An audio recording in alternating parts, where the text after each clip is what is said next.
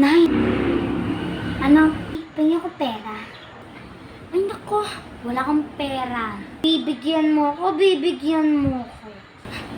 Ito na, bibigyan kita eh. Ito.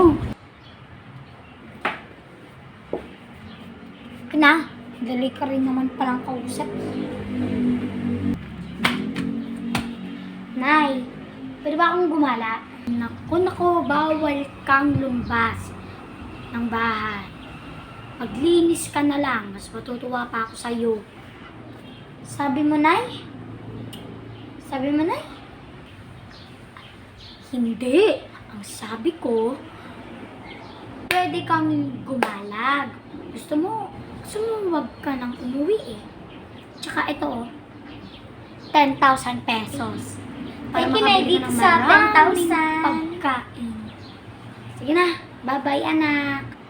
Thank you.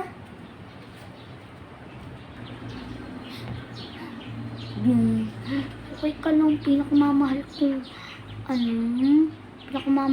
halaman.